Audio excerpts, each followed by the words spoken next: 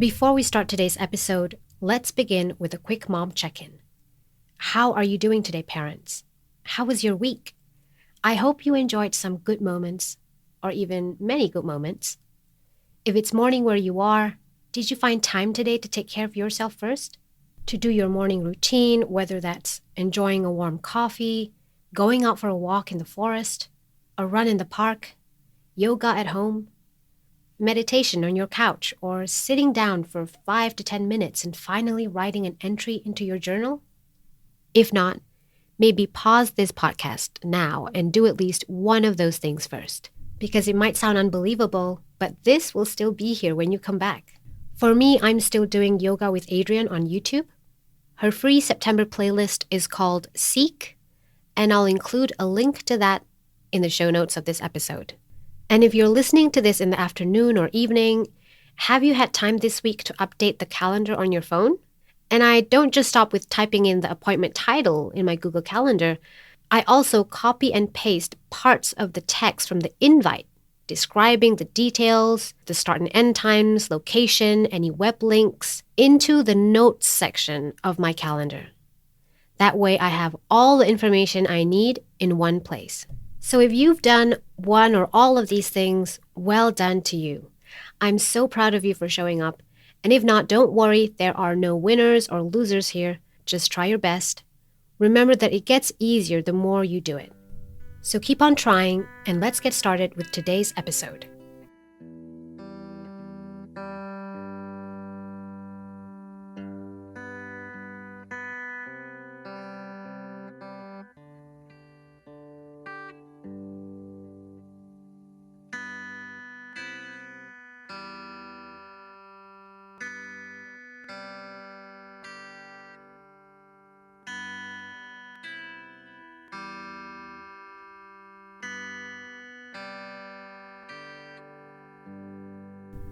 If you're new here, welcome to Doing Things on Purpose, the podcast that empowers women to take charge of their time, health, relationships, and money by doing things on purpose. I'm your host, Suristahel. Let's get to today's episode titled, Let Your Money Work for You. In the last 9 episodes, I've been focused mainly on the relationship and mindset piece of life because in my experience, and studies have also shown that that's the piece that can move the needle the most when it comes to our sense of well-being and life satisfaction. I don't actually mean that nurturing relationships means that you've got to have a family. It can also be the sense of joy and meaning you get when you serve or connect with other people through your work or friendships. But let's not get off topic. You can listen to episodes 3 and 5 if you want a recap of what my thoughts are about building good relationships. So what's the role of money in all of this? For me, I see people being trapped in thinking about money as the end goal. But where does that lead you? I think you know where this story goes. Because money itself doesn't make people happy. It can bring comfort, sure. But is that really what's going to satisfy you 30, 40, 50, 60, or maybe even 70 years down the road? It's just a neutral tool like technology, telephones, the internet, or social media. It's a tool that we can use to connect with each other, to go on holidays, to the movies, or just celebrate with one another, for instance. It allows us to exchange value and receive validation for the services that we and others provide to one another. Having enough of it gives us a sense of security. We get to buy the clothes, food, and pay for the roof over our heads. Having slightly more than that gives us the luxury of choice. We can save, invest, hire help. We can work part-time, we can travel, we can explore a new career even. And then having even more of it makes us feel safe and secure with the knowledge that we can afford to retire in comfort, to hire help to care for us in our old age.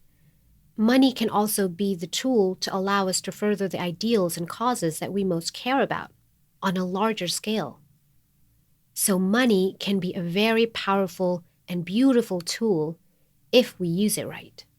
Or maybe you don't feel like you have a strong enough purpose to make more money, then just make enough of it to fill your needs.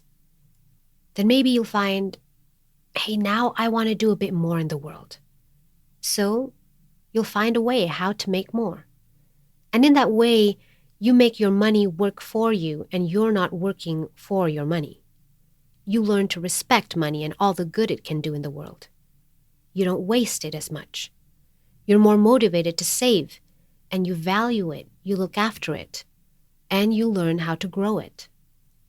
So why do women, moms, and stay-at-home moms in particular need to learn to have a better relationship with money?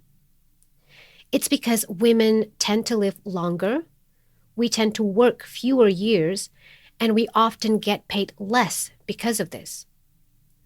Still, on the other hand, as women tend to outlive men, we often inherit more wealth to pass on to the next generation than men. So we should know how to manage wealth. Women also use their savings differently. While a man might prefer to save for his vacation, a woman tends to put paying off credit card debt as a higher priority, which makes much more financial sense. Number 3, this might surprise you, but statistically, women also make better, more profitable long-term investors than men, who tend to be overconfident and willing to take on more risks.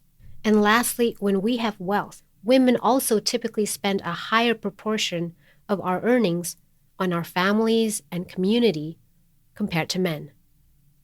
So it makes quite a lot of sense for women to not be so afraid about the topic of money because we think it's so complicated, or my husband or financial advisor can handle money better than me, because it's not true. But of course, before you can convince and work together with your partner on your family's money strategy, you'll need to ensure that your relationship is rock solid. You need to first invest in that.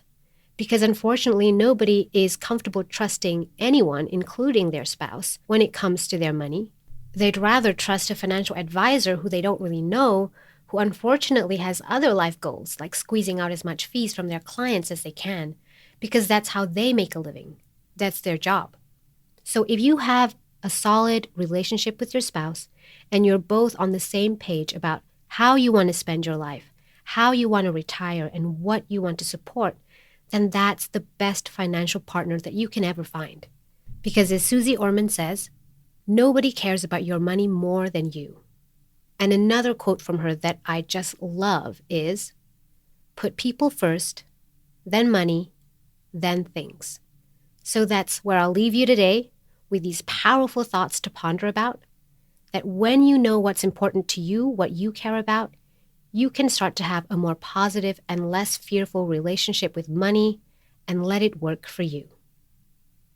In the next episode, I'll share the first steps we took as a couple to manage our money, and it's still going strong after more than a decade. Of course, it's always being tweaked, it's always a work in progress, but it saved us a lot of headaches and fights over money, which I think is a super big deal because money causes so much stress, heartache, and often even leads to broken relationships. But to be honest, I think many of us are just innocent children in this game of money that we were just never taught how to deal with. We're all confused and wanting to feel secure, accepted, loved, validated, and valued. So let's learn to give ourselves and each other that, with our intentions and actions, even when it comes to money. If you have a money story to share or any questions, leave a comment on this episode at suristahel.com/10. That's suristahel.com/10. Or write to me at suristahel@gmail.com. You can also subscribe to my newsletter to get informed when the next episode drops. Go to suristahel.com/newsletter. This is Suri, and you're listening to the Doing Things on Purpose podcast. Please subscribe, share, and rate this podcast on Apple Podcasts if you haven't already. Thank you so much for tuning in. I wish you a lovely week ahead, and I'll catch you next time.